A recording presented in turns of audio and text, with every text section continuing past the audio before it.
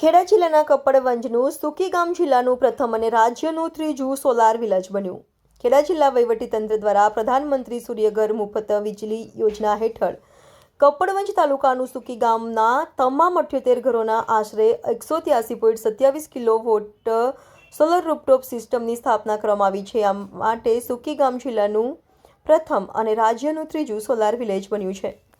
અંદાજિત 77.79 લાખના ખર્ચે ગામના કુલ 78 ઘર પર સોલાર રૂફટોપ ઇન્સ્ટોલ કરવાની 100% કામગીરી પૂર્ણ કરી દેવામાં આવી છે। જિલ્લા વહીવટીતંત્રના પ્રયત્નોથી આ ગામ સંપૂર્ણ સોલાર આધારિત ગામ બન્યું છે। ગામના કુલ 78 ઘર પર સોલાર રૂફટોપ લગાવવામાં આવ્યા છે। જિલ્લા પ્રશાસન, MGVCL બેંક અને સોલાર કંપનીના સહયોગથી અંદાજિત 55 લાખના ખર્ચે આ સંપૂર્ણ પ્રોજેક્ટ પૂર્ણ કરવામાં આવ્યો છે।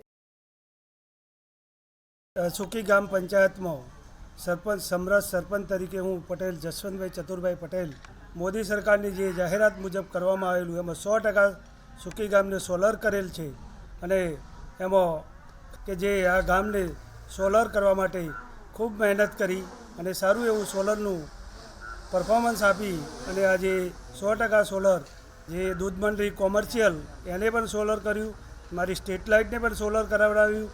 ત્યારબાદ જે આ ગુજરાત સરકારની યોજનાનો પૂરેપૂરો લાભ લઈ સૂર્યમાંથી ઉત્પન્ન થતી વીજળીને પેદા કરી અને જે સૂર્ય વીજળી તરીકે આપણે ઉપયોગ કરી રહ્યા અને સારી એવી ફાઇનાન્શિયલ બચત પણ આ ગામને થઈ છે।